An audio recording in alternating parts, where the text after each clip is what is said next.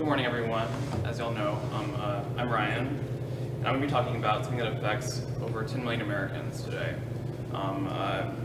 with a significant portion of Americans living on the Texas coastline. As you can read, I'm talking about refinery communities, or also known as fence line communities, and their struggle with environmental justice. Given our context of Houston, I find this presentation pretty important.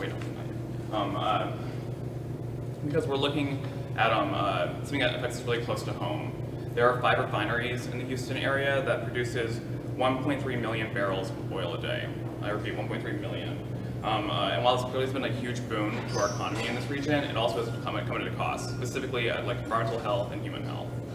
But before I get ahead of myself, I kind of want to just touch briefly on environmental justice, to make sure we're all kind of on the same page on what that means. As a social science major and a student of sustainability, I think environmental justice is pretty important, but I know that sometimes it's lost in the engineering world. So first off, who here is familiar with environmental justice? That's what I figured. So I'm actually going to be on the spot. No, okay.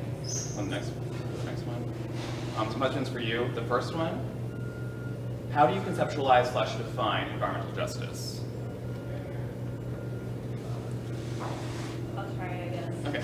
So I think of it as being communities that end up being next to refineries or plants or something else, usually are very disproportionately poor, and they don't really have a voice to have any influence on how they're impacted. That's a pretty good one. Any other responses? Any other ways y'all think about it? You kind of touched on some examples, but the next question after that is just what are some examples besides refineries, since we're going to be covering those, that y'all think of when y'all think of environmental justice? Water pollution. Water pollution? Yeah, for sure. Who here can comprehensively explain environmental justice in 3 minutes? Me neither. So actually I have a little YouTube video that we're going to go on to the next slide for and watch. It's a pretty cute, but also a very succinct and informative video that a bike wrist, and it's just literally 3 minutes, and I think it covers the topic very well.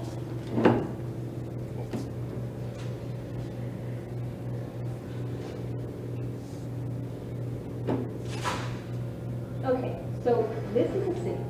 Here are all the people living here. People of all different colors, ages, wealths, and incomes. Except they don't all live together in the same place. They're separated into different parts of the city by what color they are, what language they speak, and how much money they have. And those different parts of the city look quite different. The parts that are whiter and wealthier tend to have green spaces, grocery stores with nutritious organic food, and of course somebody to buy it, and are often far away from pollution and maybe freeways. The parts that are poorer and more diverse tend to have industrial sites, heavy-duty diesel-polluted ports and highways, and hazardous waste. All things that the city relies on to run properly, but that heavily pollute the air and water. And even if they have those grocery stores with nutritious organic food, most residents there couldn't afford it anyway. How did this happen?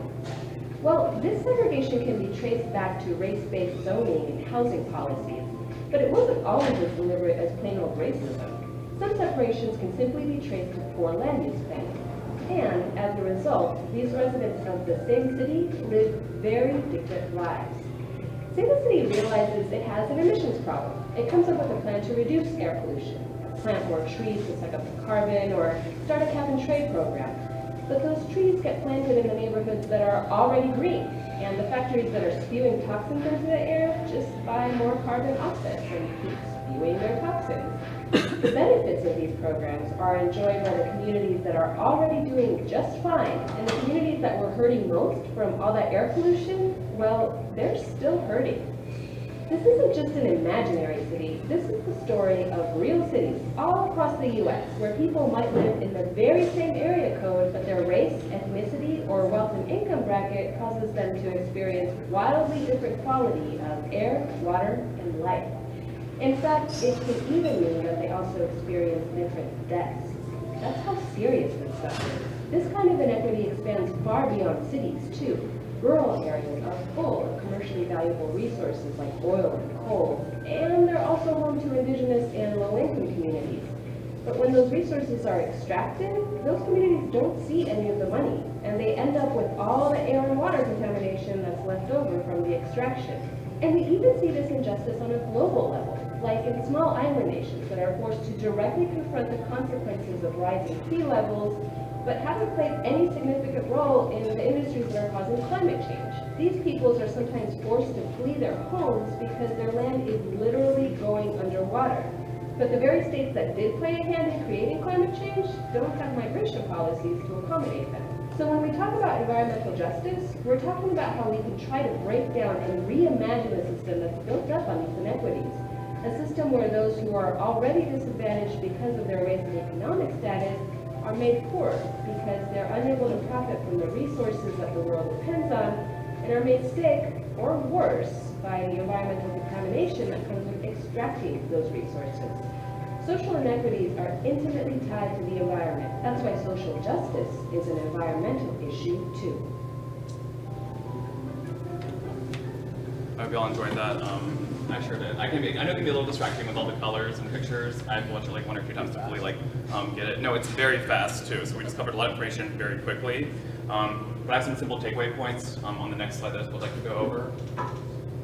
Okay.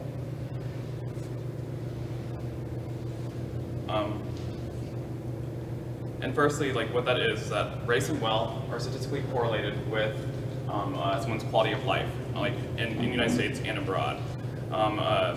The gist is that we pollute our environment, and as we pollute our environment, we're also polluting our people. So what this says is that this is why it's egregious for pundits who always think about sustainability in the context of ecology versus economy, because it totally disregards the social aspects of being a fully sustainable world. This disregards the social variables, which is environmental justice. As the video said, there is no sustainable solution to climate change without social justice. And so what does environmental justice look like inside these refinery communities? Refinery communities suffer from a lot of what was mentioned in that presentation. What you're looking at specifically is health problems, is really the first and foremost thing that comes into mind whenever you think of a refinery community, because they are when they're called on the fence line communities, they truly are on the fence line. There's often situations like this. This right here is actually taking place in Houston, Texas, right here. This picture was captured by I think Climate Equality, and this is taken in the Manchester refinery. And so what you really have here is that you have children playing directly next to open emissions. And so while health problems are a huge effect for huge problem for these communities, the marginalization of these communities because of the health stigma creates further problems such as inadequate education, poor economic opportunities, exploitation of local resources, and little local public investment. Essentially, these are disregarded communities. We see them as places where no one wants to live, even though the fact is there are generations of people who have been living on this land for years. And often because of the lack of opportunities that are afforded to them because of being a refinery community, they cannot advance their life to go further and come out of this community. And therefore, it's a very cyclical process where you grow up very sick, very poorly educated, you have very little job growth to think of, and at the same time you're watching the local resources next to you being exploited, such as let's say groundwater pollution from rainwater runoff after this past week with flooding. I'd be really intrigued to see what sort of chemical runoff came off these refineries during this time. So moving on into really thinking about refineries and health. According to Fusion News, typical large refineries produce around 200,000 barrels a day, and there's about 150 refineries in the U.S. alone. So this production system is very massive. More so, this accounts for $436 billion annually as an industry, and this is $436 billion only on sales of refinery products sold straight from the refinery, and so therefore this doesn't account for countless other areas within the refinery industry. As I mentioned when it opened, this does come at a cost to the environment and human health. According to the EPA, over 22,000 tons of hazardous air pollution were reported by refineries in 2010. More so, refineries are very notorious for underreporting these statistics, and therefore it's most likely that we even had perhaps a third times this number. And this only accounts for the pollutions you see listed here. You have benzene, toluene, xylene, and VOCs. Benzene and xylene are the ones that have been mostly targeted in the most recent years because they're pretty egregious. Benzene is known to cause anemia very quick, upon long exposure. Among other blood diseases, you see lung cancer and asthma. Those are harmful effects on bone marrow and causes a decrease in red blood cells. It also leads to excessive bleeding. Someone who breathed high levels of benzene for months had irregular menstrual periods and decreases in their size of their ovaries. More so, it has caused birth defects in babies due to poor formation of marrow, poor formation of blood cells. And the Department of Health and Human Services has determined that benzene does cause cancer, and it can cause leukemia, it can cause liver cancer, it can cause lung cancer. Xylene is shown to even have more of an impact actually on reproductive systems than benzene. And while these aren't obviously always being just there aren't plumes just every day falling in these communities, but if you do live in this community for a long time, you will see exposure in long forms for the foreseeable future. And what the Center for Public Integrity found is that over 60 million people are at risk of being in one of these plumes. And the EPA has said that over 60% of people who live in refinery communities are minorities.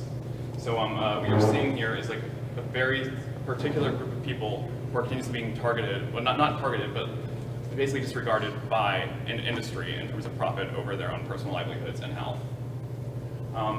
This here is looking specifically at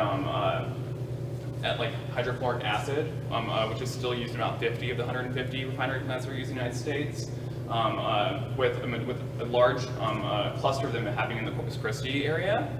In fact, there was a pretty bad hydrofluoric leak that they were fortunate in the fact that it sprayed upwards and not horizontal. Because if it had sprayed horizontal, it would have probably caused numerous deaths in the community adjacent to the Saathoff refinery. But as you can see here, especially if you move into the Northeast and Midwest, these refineries are in very highly densely urbanized areas, and therefore the risk at hand there is much even greater. It's noteworthy that actually of the Texas refineries, there are actually less than 700,000 in each case. That's because, as you can see in Houston, we're a very loosely packed city. We're a collection of villages connected by highways, so it's much different than living in the Northeast. But nonetheless, the fact that, let's say that it is 650,000 people who are at risk, I would say that's a pretty egregious number. Okay, so now I want to kind of do a group exercise, so we can get our brains flowing just to think about these issues.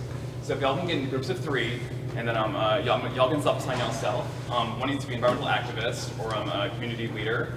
Another needs to be a refinery owner / CEO, and then the other be the regulatory agency. The one to be livstening to all sides of the equation, to try to get kind of the best situation at hand.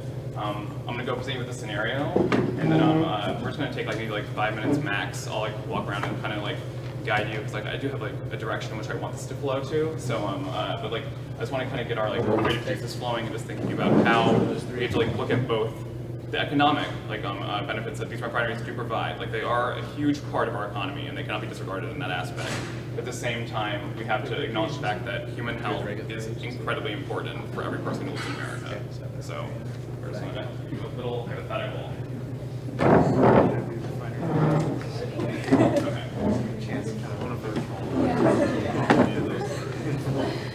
Essentially, this is true. ExxonMobil has oil refineries up and down the Texas Gulf Coast, and they've put about 200 million people at risk. So, as I said earlier, while some of those refineries only account for maybe 600,000 people, if you own 3 of those, you're basically at 2 million people. So, think about that.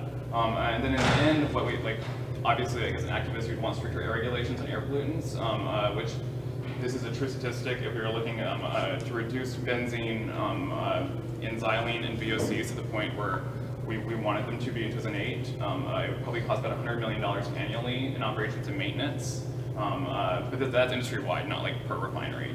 And then so this is kind of how I want you to guide it. It's the government recognizes that the refineries bolster the Texan economy, but also understands that the health risk for communities with benzene exposure and new rules need to be made. So let's just come together and think about what would be the most pragmatic yet also humanitarian response to this issue at hand.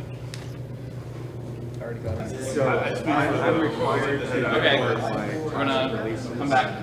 I just want to give like a very brief chance for each group to kind of express what they like thought should be kind of the end result from this situation. I realize that you'll know a lot of details, so I'll get to like very like pontificate on this, which is kind of also fun. There's no right or wrong answer, obviously. But I just like give each group a chance to like kind of say like what do you think is like the best solution forward.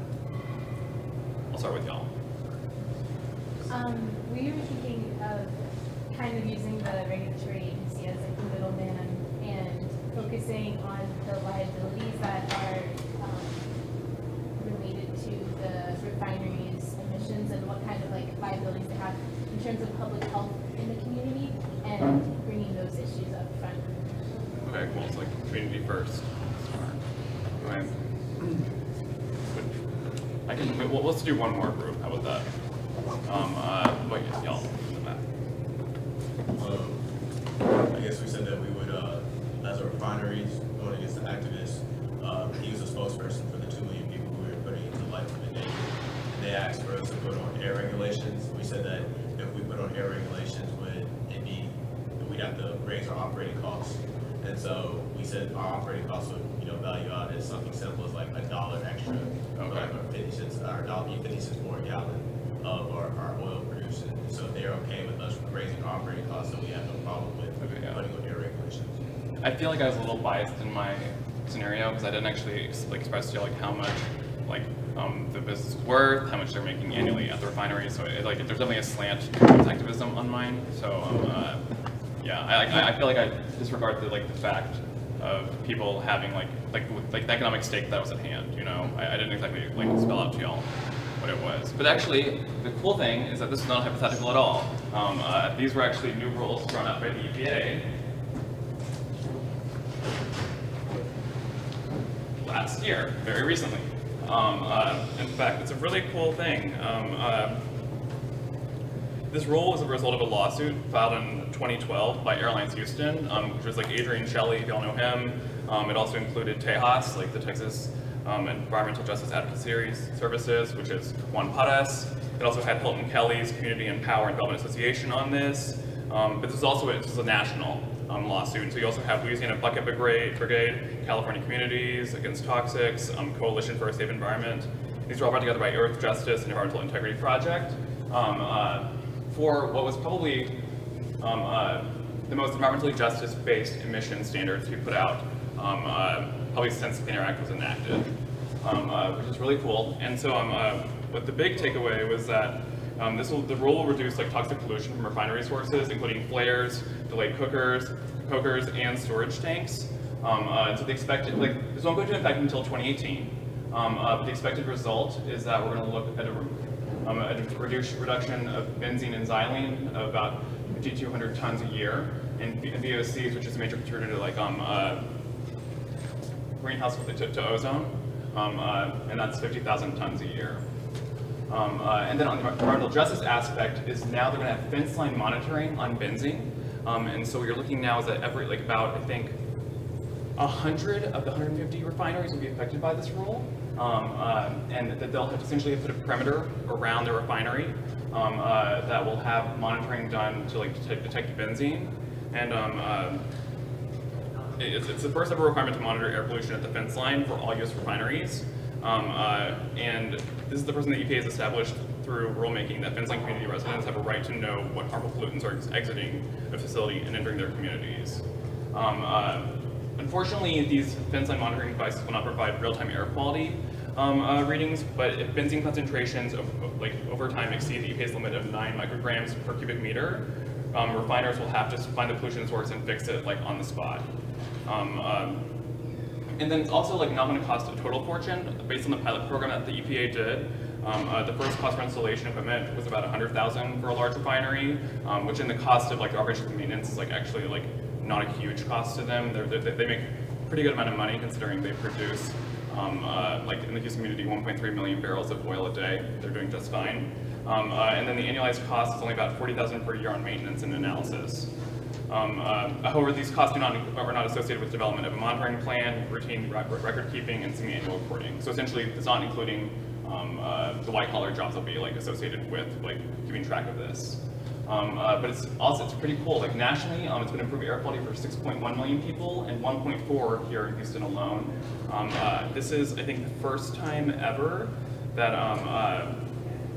it'll bring Houston below the EPA's 1 in a million cancer risk threshold. So it's going to do a lot of great things for like public health in the city of Houston. I think that kind of covers like this role. However, as like anybody who like knows me, I can be still cynical even with great results like this. Slide.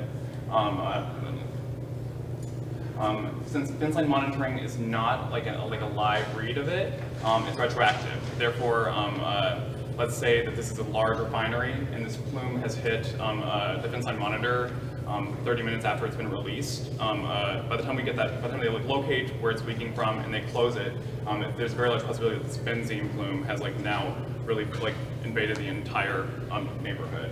And so while it is nice that it does exist, there's probably still a chance that we need to like extend it even further for more closely accurate findings. This also like, now I'm getting like really hypothetical, but like there's still things to be done for the community. There's now groundwater contamination from stormwater runoff at refineries that pose other threats, I mentioned earlier. And then existing health I problems. think for time we'll need to just show the Okay. material. Okay, cool, yeah. So I want you to get a couple questions. No, yeah, sure. Okay, Sorry, cool. sorry, I know we're. No, it's really high. I think I went a little too long on those like workshops. Okay, cool. Yeah, so there's still problems. The problem is still in the community that exists. So, next slide. Oh, and then this investment in general will be the problem with this. So now, what do you think should be done next? Was kind of a question. Now we're going to open for Q&A. I just want to leave you with this. No matter the path forward, empowering citizens and encouraging environmental activism is going to remain paramount if we want user success for environmental justice in the form of both refinery communities and in other aspects of environmental justice generally. So do y'all have any questions? Like 2 questions for Ryan while Ansley gets set up for her presentation. Sure. So comparing these rules to what could have been or what being discussed, do you think these rules go far enough to address the problem? I personally know Adrian Shelley actually worked for Airlines Houston this past summer, and he was like super proud of this. Like I know that as I've learned, I've also worked for like Jim Blackburn at his law firm, and so I'm just like tiny victories in environmental law are huge victories in environmental law. And so while it wasn't like the perfect result, the fact that we were decreasing it by that much, and the fact that 1.6 and 1.4 million people in Houston alone will be like benefiting from like less cancer risk, I think that like that alone I think is like pretty amazing. It was a huge deal for the EPA to like make this new set of rules. And like yes, it'll take till 2018, but I don't know. It's awesome that 6.1 million people in the entire United States are going to be like better off with their air quality because of it. One more question. Do you think that there should be any sort of regulation that would prevent sort of the baseline from being a condition where there's a refinery? I've always been a fan personally of urban planning. I don't know, like I look at Houston and see how little is planned, and so I think that yes, like I think it's a little wrong to me that we actually allow like schools and neighborhoods full of children to live like literally adjacent to a refinery that pollutes very toxic chemicals on an irregular basis, but on a basis nonetheless. Yeah, it's tricky because it's probably pretty affordable there. No, yeah, well that's another thing. It's like, well, it's also in terms of like economic like situations for these people. Sometimes it's like their only option. That is such like a affordable place to live, despite the fact that they're getting screwed left and right. Thanks, Ryan. Okay, thank y'all. Doing the activities.